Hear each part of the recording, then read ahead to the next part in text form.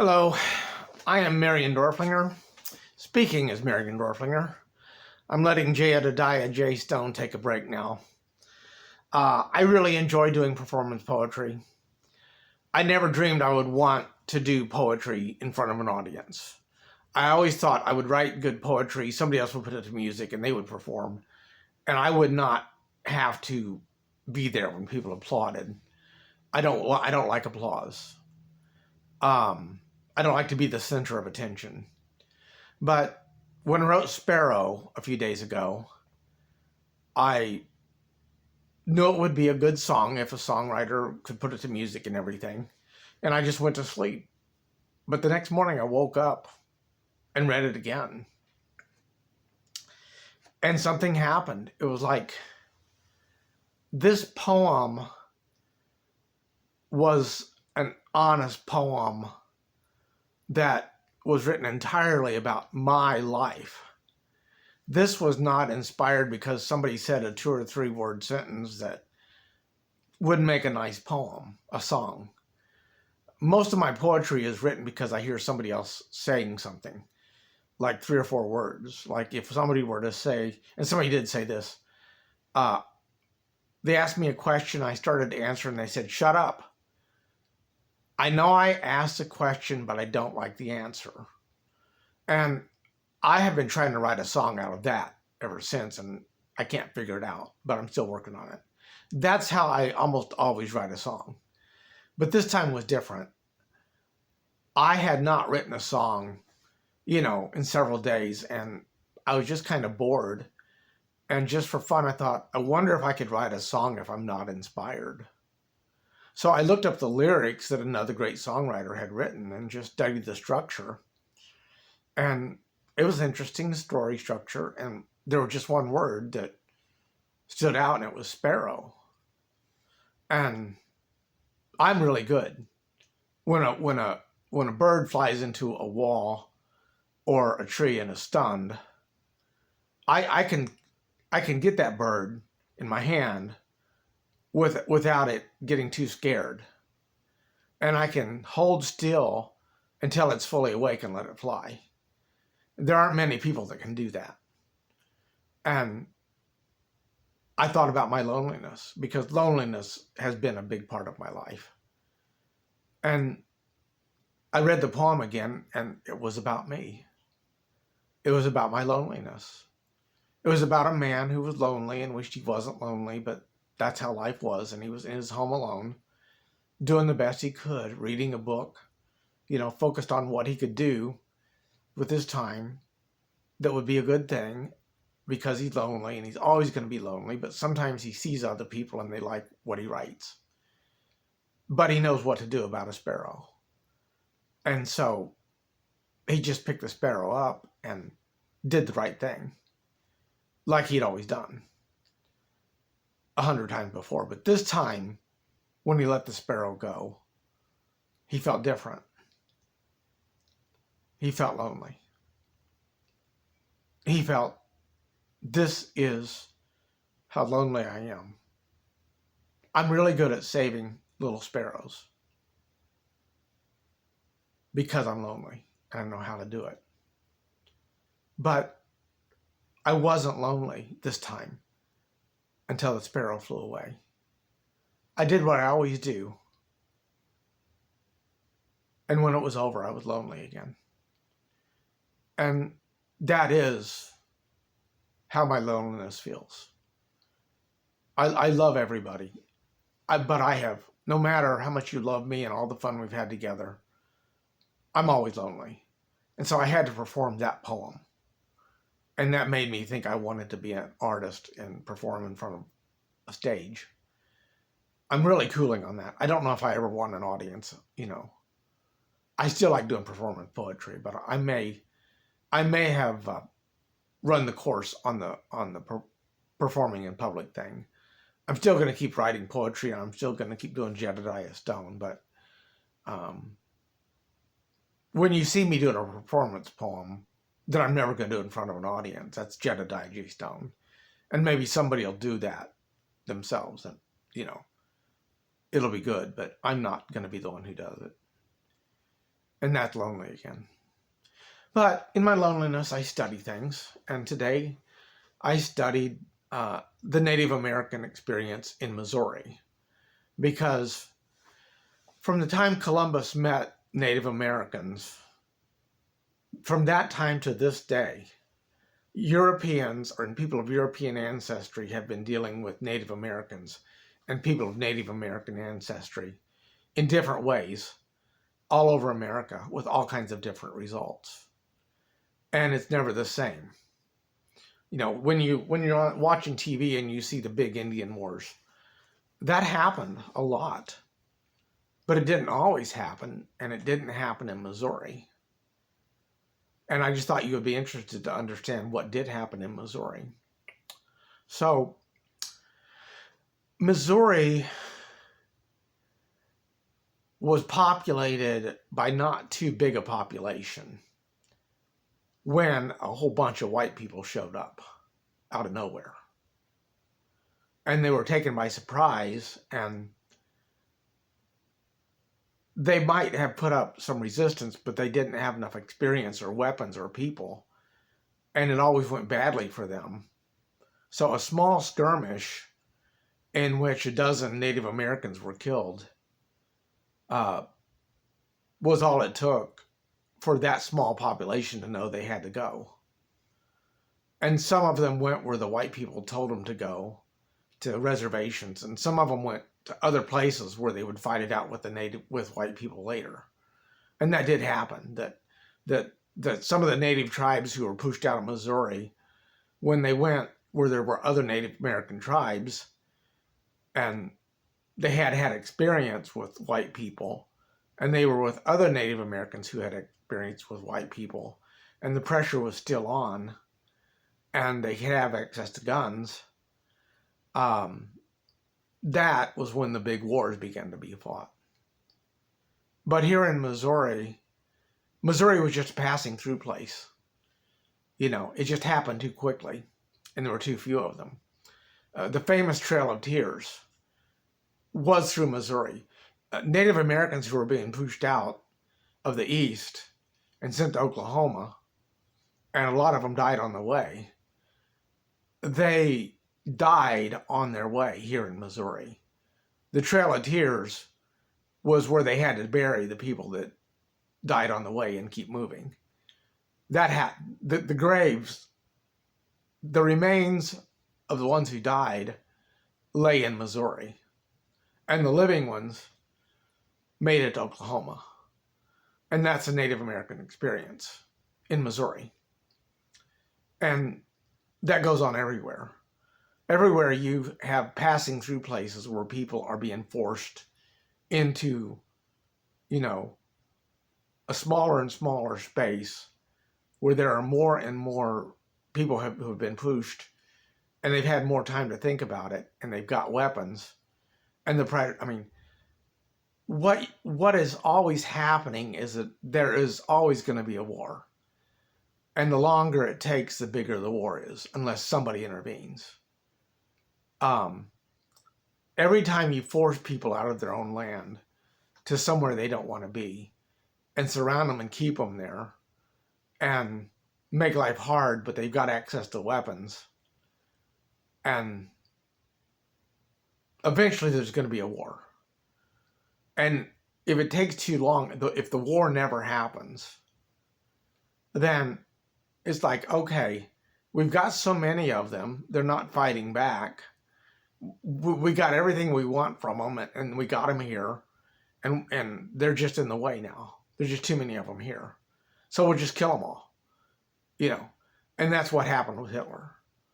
You know, he had so many Jewish people who had been so suppressed and rounded up and packed into small places, and they hadn't had enough time to get guns or anything, and there's just so many of them. It's like, okay, let's just get rid of them.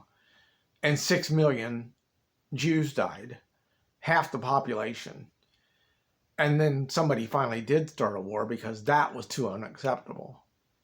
I mean, if the nations who fought Hitler had intervened when the anti-Jewish sentiment was growing for 300 years or more, If people along the way had said, hey, this is wrong, it would have never happened.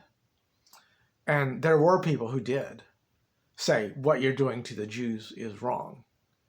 There was even a Jewish man who lived in Russia and spoke French, who traveled a lot.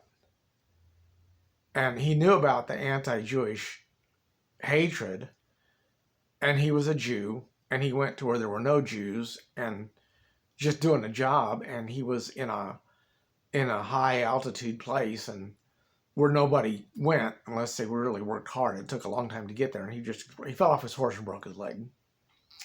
And they took him into this temple and let him convalesce, and it was full. It was full of scrolls that nobody had ever read. And in his time, he just said, pick out a scroll and sit there and read it to me. And as fate would have it, someone found one that said that Jesus had left, Nazareth when he was 12 years old, and traveled up the Silk Road and got all the way to India and got interested in the religions there and studied Buddhism and Hinduism and all the other religions. And that, where they have the untouchables, the people you can't talk to, the caste system, he would go and associate with those people, and that was forbidden. And they were going to kill him for it. And so he left. And he finally went back home and did the same thing. You have to feed the poor and hungry. Your religion says that you have to love your neighbor. That's how you do it. You feed the poor and the hungry. You don't leave them naked. You forgive instead of getting revenge. He preached everything there that he had preached in India where they wanted to kill him. And I think every good religion is the same. You take care of the poor and hungry. You do the right thing. You don't take people's land, and you don't steal what's not yours. You don't do this thing that you're doing because it's unacceptable. And everywhere people say that, they try to kill him. And according to the story, they finally killed him in Jerusalem, and he rose from the dead in 3 days, like he said he would. And he went back to India, and he wrote this down. And after his leg healed, he went and tried to get it published, and he went to the Catholic Church, and they wouldn't publish it. And he went to a great publisher, and they wouldn't publish it. So he saved up his money and published it himself. And it was a bestseller for about a year. And then there was such an uproar and such pressure against it. And that was because people wanted to remain anti-Jewish. Because if that story was true, the Jews were not responsible for the crucifixion of Christ. It was the Romans. Because the Jews were listening and trying to figure it out and trying to be good. And it was the Romans who stepped in and killed Jesus to keep the Jews suppressed. And if that were true, then people had to stop hating the Jews and start treating them right. And that was unacceptable. And the pressure was so great that his book wouldn't publish anymore. And he went back to Russia because he worked in Russia for a living, And he published some articles that were that showed up in a newspaper that for whatever reason Russia didn't like. And they put him in prison. And that's about all that's known of him. But that guy tried to say it's unacceptable what you're doing with the Jews. And if that guy had been listened to, World War II would have never happened. It's possible that World War I would have never happened. But the people who give the warning are hated. When you're doing cruel, unacceptable things that is eventually going to lead to a catastrophe, that there's going to be a war, that millions of people are going to die, the people who say not to do it are punished so that the people that are doing it can keep doing it more until eventually the bad thing happens. And it's always the same. And we have global warming, and we have a nuclear armament. We have nations that are getting tensions between them and want to keep up with each other. We have We have China, with a better delivery system than we have. And so we have to spend trillions more to get a better, it just keeps escalating. And somebody, if somebody would step in and convince us, okay, tell China you're not a threat and just get rid of your nuclear arsenal and trust them that they're not going to kill you because they need you. Because America has agricultural land that the rest of the world needs, because they're hungry. And we know we don't need a nuclear arsenal.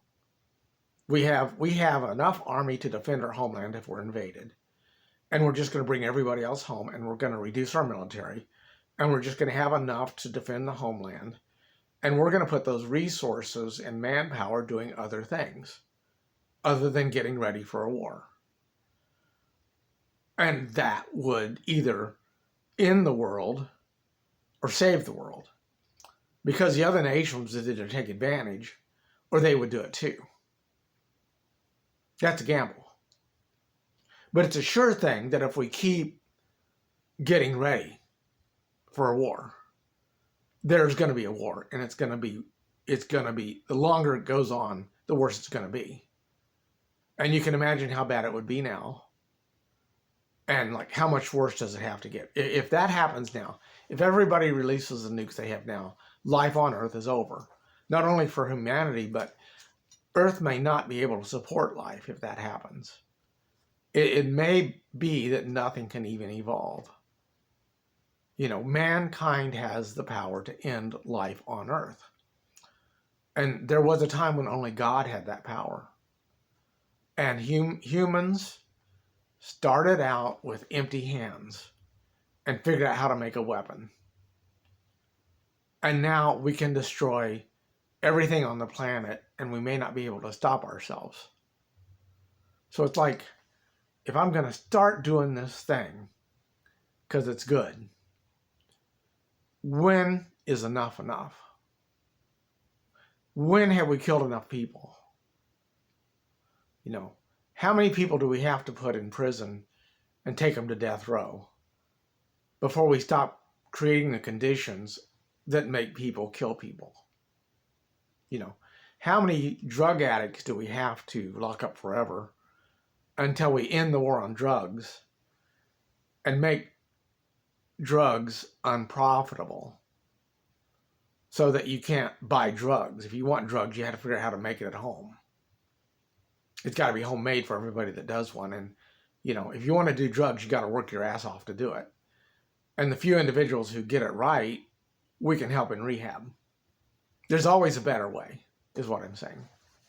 So, I enjoy this kind of thing too. Doing research and thinking it over and telling you what I think.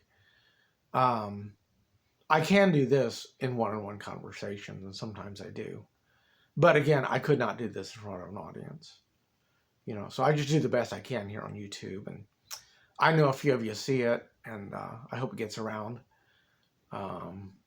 If everybody said stuff like this in different ways, like if millions of us were doing this, it would make a difference. If millions of us were saying this, something would happen. But I don't know how many people are going to say it this clearly, And that's just one thing. War and nuclear armament. I mean, I could talk about global warming and the fact that everybody has to mow their grass so short that it cannot produce oxygen. And we spray poisons to kill the dandelions. And like, you can only do that so long before, someday you need to let that grass just grow as tall as it needs to, and let the good flowers grow so that the species that need tall grass can live. And you just have to put up with lawns in America that are tall and have weeds in them. And that's got to become a beautiful lawn.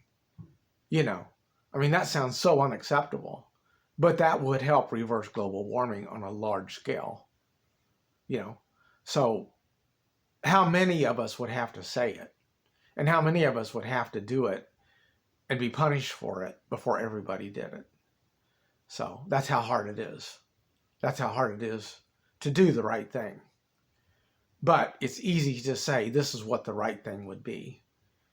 And if you can say it this clearly and you live it, you can make a difference. I don't have weapons of war. You know, I don't have access to a gun that you can put a bullet into. I wouldn't know where to get one anymore. You know, I don't have a knife big enough to do any harm in my home. I don't have an arrow with a tip on it that could kill anybody. You know, if somebody wants to come kill me, I can either stop them with a stick or my bare hands, or I'll talk them out of it, or they'll just kill me. And I'm willing to be the one who dies. If they got to kill me that bad, the killing has to stop somewhere. And if I'm this willing to do this, and I am that reasonable with a guy who comes with a gun to kill me, and he kills me, well then, I died doing the right thing. And I would rather die the guy who did everything reasonable and gave somebody no reason at all to kill me and gets killed, than the guy who keeps saying, we got to have more guns. You know, we never have enough guns. So, if enough of me said this and did that and died, eventually people would stop needing a lot of guns, if that got to be common. But how many of us are that brave? How many of us are that honest? And how many of us have it that clearly figured out?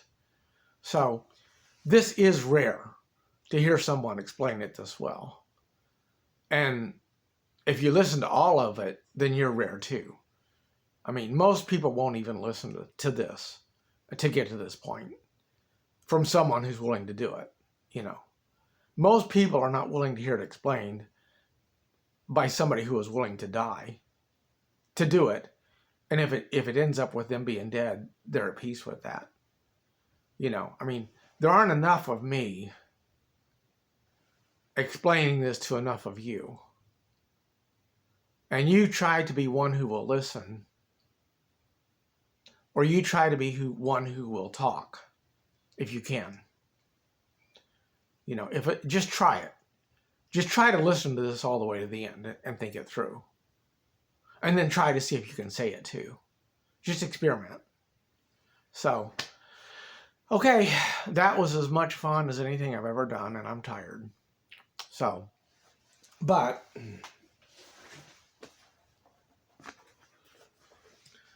I still got my Jedediah J. Stone hat.